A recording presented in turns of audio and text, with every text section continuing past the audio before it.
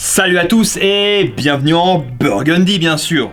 Et alors là, je sais pas si vous pouvez apercevoir, mais c'est écrit Bulldog 457 ou plutôt Bulldog M457M comme Magnum. Donc là, on a sorti les casques anti-bruit, ça va être vraiment utile. Alors, pour ceux qui ont regardé la vidéo avec le Crossman Tour, où je suis allé chez Crossman, eh bien, j'ai eu l'occasion de tester le prototype, la Bulldog M357, qui est donc une Bulldog 357, mais avec des petites améliorations. Et c'est exactement la même que celle-ci, hormis que là, on est dans un calibre en 45, donc 457.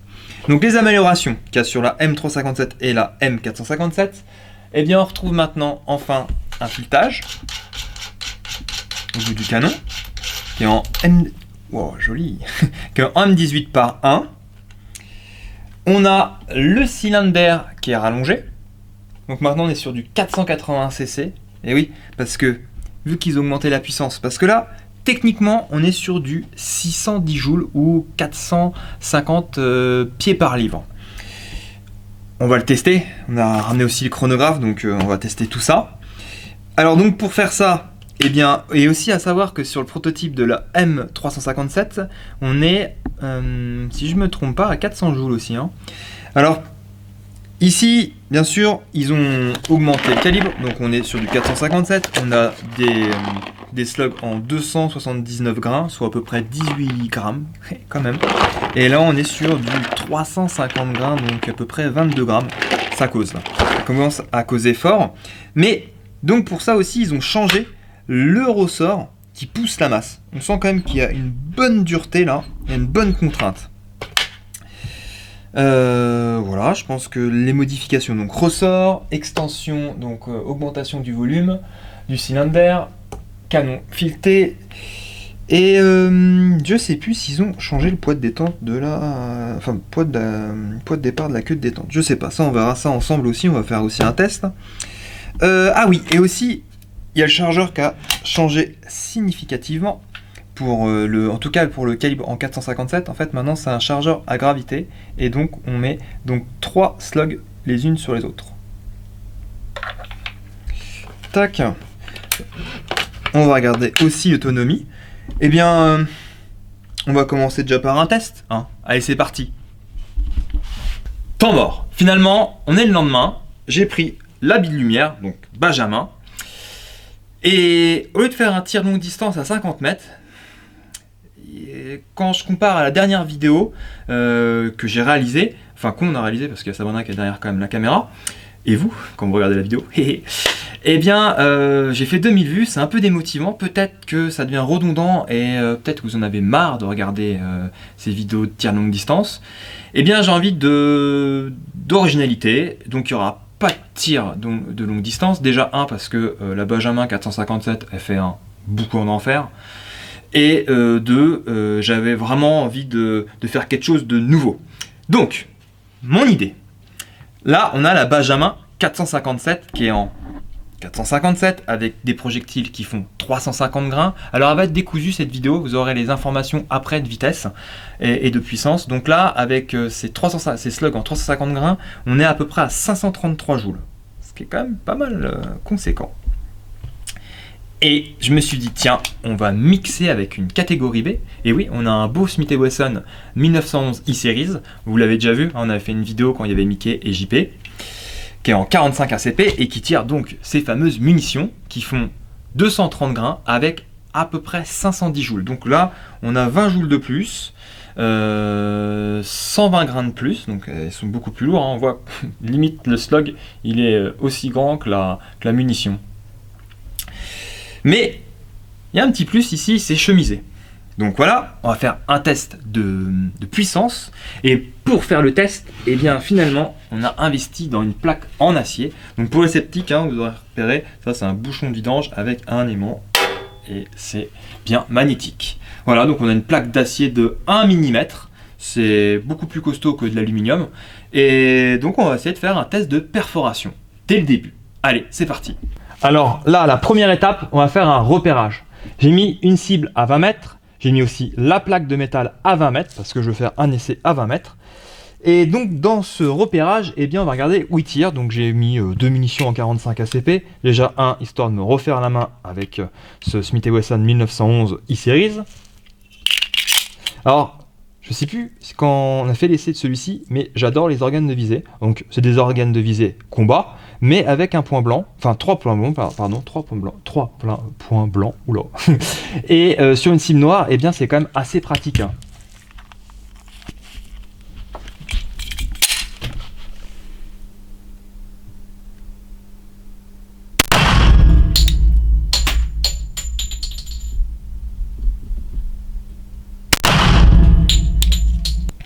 Eh bien, nous voici à 20 mètres. J'avais déjà coché les impacts, là, j'avais réutilisé une cible d'occasion. Et là, on peut remarquer que point visé, point touché, il n'y a pas de souci, hein, ça groupe quand même pas mal. Eh bien, on va commencer les tests en premier avec le Smith & Wesson en 45. Ok, on attaque le grand moment qu'on attend tous. L'essai de perforation.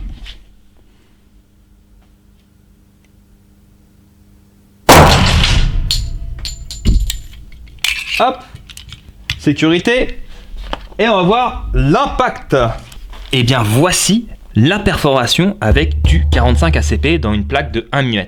J'avais quelques doutes que peut-être ça résisterait, et bien là on voit que c'est net, hein. Effectivement le trou est net comme dirait Sabrina.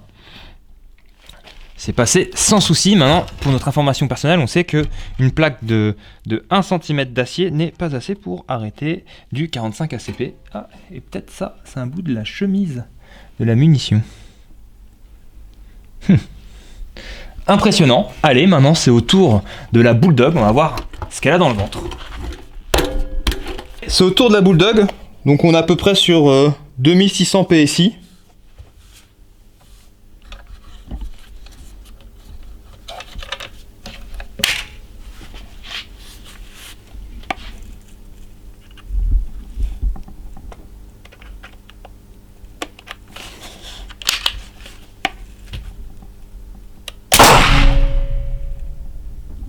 Ah, ça se défend aussi pas mal, hein. Ok, bon déjà, on voit que l'impact, le trou, il est beaucoup plus élargi par rapport à l'impact du 45 ACP. Aussi, le halo autour, là, on voit qu'il y a un enfoncement de chaque côté, il y a au moins 2,5 cm. On voit vraiment que là, il n'y avait presque pas d'enfoncement. Et puis, aussi, on peut voir que le champignonnage, là, il est beaucoup plus prolongé. Par rapport là, on a au moins presque 1 cm, que là on est sur du 2-3 mm. Impressionnant, donc effectivement, une Bulldog 457, en tout cas, quand on compare par rapport à l'impact là, c'est beaucoup plus conséquent, hein. Alors, certains l'ont reconnu, on a essayé de retaper la plaque d'aluminium de nos premiers essais qu'on a fait avec l'adaptateur balle caoutchouc en .68 et puis tout ce qui a suivi, hein, Bravo, Alpha. Eh bien, on l'a retapé, enfin... pas parfait, mais on l'a remis à peu près droite. Et bien j'ai une idée, on va mettre la plaque d'alu devant en plus et on va voir si ça fait, normalement c'est sûr, ça va faire une double perforation, mais ça peut être rigolo. Allez, on attaque maintenant l'extra. On recommence le test de perforation donc, avec une plaque d'alu, une plaque d'acier.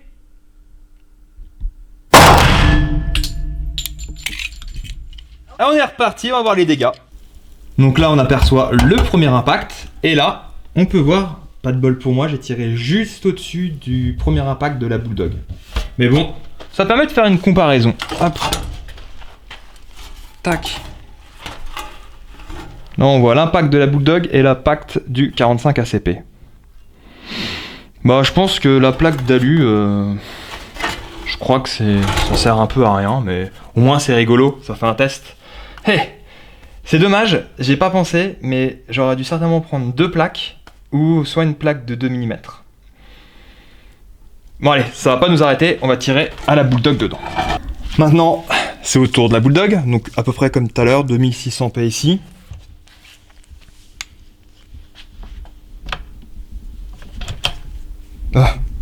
Non, non Baptiste, pas de 45 ACP dans la Bulldog.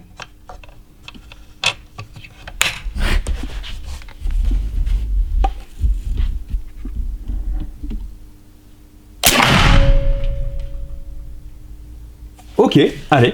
J'espère que vous allez pas m'en vouloir, j'ai oublié de filmer avec la petite caméra embarquée. Mais bon, le résultat est là. Déjà, j'ai fait attention à pas tirer au même endroit. Hein. J'ai fait un effort cette fois-ci. Et là, on voit que ça passe sans souci. Hein. Premier impact ici. C'est beaucoup moins démonstratif là, dans l'aluminium. Ça passe, mais alors vraiment plus facilement que dans l'acier. Et là, on peut voir l'impact dans la plaque d'acier. Ah, ça passe sans souci. Hein. Il n'y a pas photo. Hein. Là, on avait le premier impact, là le deuxième. Je crois que ça l'a même pas dérangé la plaque d'aluminium. C'est fou, hein. C'est bien parce que comme ça peut vous donner une idée avec les impacts quand on tire avec des armes à balles caoutchouc, maintenant avec du 45 ACP, bon, aussi quelque chose de démesuré, la Bulldog en 457. C'est pas mal du tout, hein, des plaques d'acier, plaques d'aluminium pour se donner des idées. Eh bien, comme je le disais au début, j'espère que ça vous a plu, ce test de destruction, ou test entre guillemets scientifique de perforation, on va dire. Allez, on va continuer la vidéo. Eh bien, en conclusion, finalement, le 350 grains, faut s'en méfier par rapport à du 230 grains chemisé. On a bien vu sur la plaque, le 350 grains fait beaucoup plus de dégâts, en tout cas sur la plaque d'acier, que la munition chemisée en 230 grains. Alors, peut-être que le fait que la munition, vu qu'elle est chemisée, elle traverse beaucoup plus vite ou beaucoup mieux la plaque, ça je ne sais pas. C'est dommage, dans cet essai, j'aurais pas d'autres matières pour faire de la perforation dedans. Mais au moins, on a appris que le 350 grains sur une plaque d'acier, eh bien, c'est plus violent que du 230 grains en 45 auto. J'aurais pas cru, j'aurais pas misé. Pas mal, pas mal. Je suis très content de cet essai. Allez, on continue la vidéo. Là, je vais profiter du moment du réglage pour faire les tests de prise de vitesse. Alors là, je vais essayer donc les 350 grains. Savoir que les 350 grains, ils sont trop grands. Donc, ne pourrait pas les passer dans le chargeur. Il faut les mettre un par un. Et les 279, il n'y a pas de souci, ça passe dans le chargeur. De toute façon, je vais vous faire un essai. Hop, le casque. Donc là, j'ai chargé à 3000 PSI.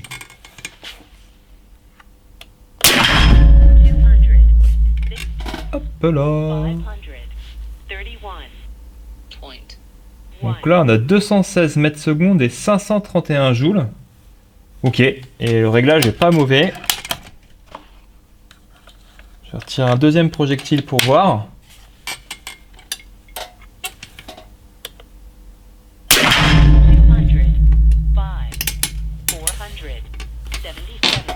Donc là, on a 2500 PSI.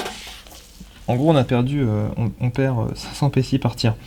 Non, là, on était à 3000. Ah, ouais, on a 2000, ouais, 2500, donc un petit peu moins. On a perdu 500 PSI avec les deux tirs. Donc là, on a descendu, on est déjà à 477. On va faire 2-3 tests, on va regarder.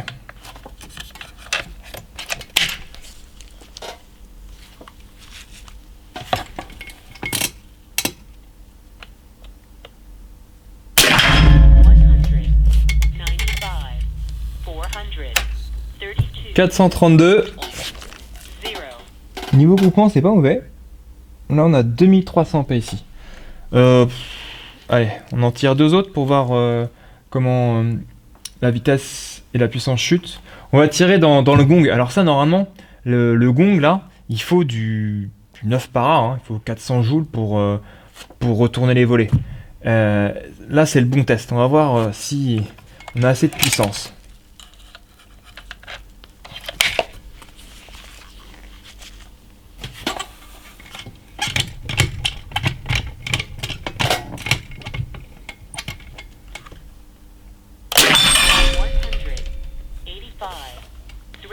Oh, c'était un jeu d'enfant, hein. On l'a entendu, on l'a vu direct. Hein. Donc là, on a 389 joules, 2000 PSI. Donc, je pense que là, j'ai fait mes 3 premiers tirs, le groupement à 25 mètres. On est dans un cordon comme ça. J'ai pas mis la GoPro là-bas. Mais bon, vous verrez. Au pire, je vais refaire un test de précision. Et là, c'était vraiment le test d'autonomie. Donc là, on est au 5e tir.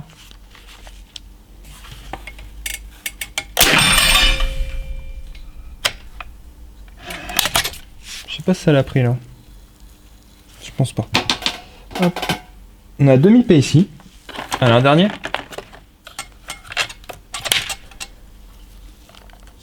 Et on est à 389 joules.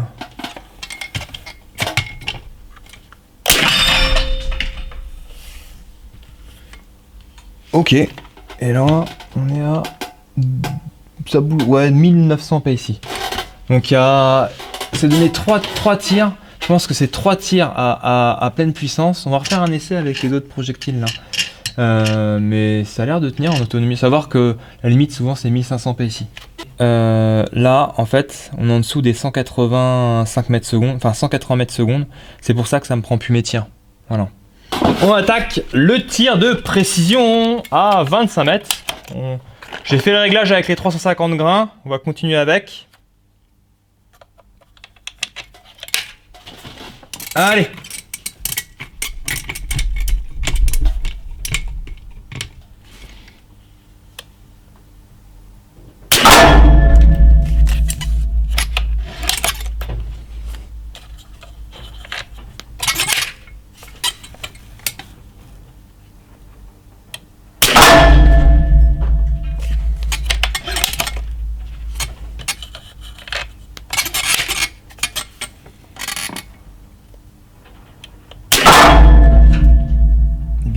Ça groupe pas si mal que ça. Allez, on va regarder les résultats.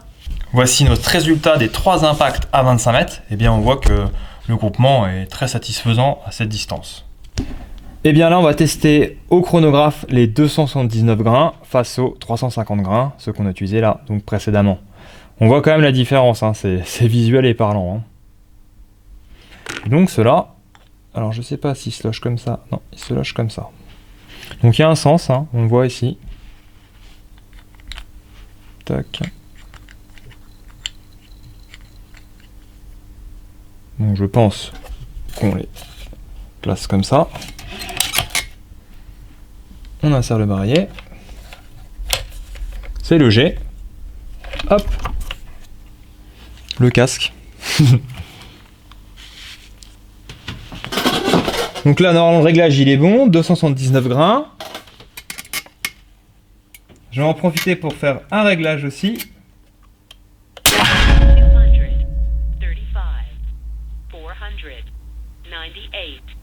Il tire un chouïa trop haut, cela.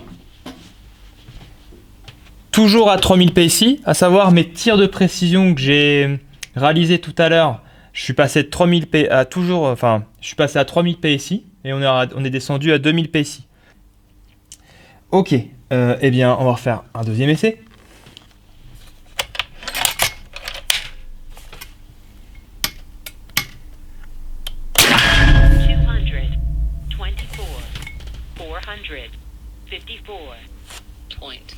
Donc on est à... Le premier on était à combien? 400... Là on a 454 joules.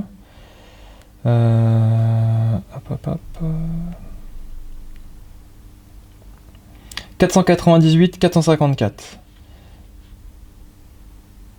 C'est pas mal du tout. Ok, et le meilleur tir qu'on a en termes de puissance, on était à 530 et quelques joules avec les... On y est presque aux 600 joules avec les 350 grains. Que seraient nos tests sans la prise du poids de départ? On va faire un test.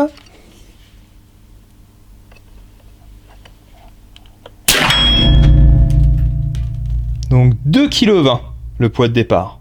C'est relativement correct. J'ai oublié d'en parler sur la Bulldog 457. Sur la 357, ici, vous avez un rail Picatinny, mais ici, il a été supprimé du fait qu'on a l'extension de cylindre. Ok?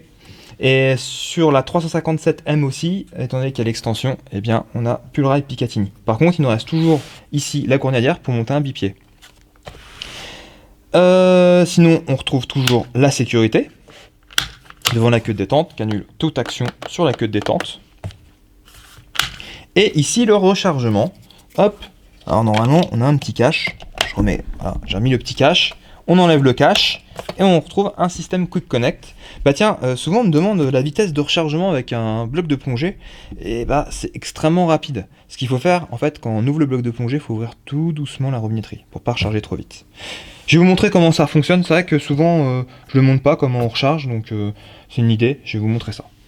Ok, on va attaquer le rechargement. Donc là j'ai à peu près 2000 PSI. J'ai tiré à peu près donc 4 tirs. Hop, le Quick Connect, on s'assure qu'il est bien connecté. On ferme la purge et on ouvre la robinetterie. On ouvre tout doucement. J'ai changé joint, pardon. Hop. Et là on ouvre tout doucement la robinetterie. On voit que ça monte. C'est surtout ici qu'il faut regarder. Et voilà, c'est rechargé. On purge. Et on déconnecte.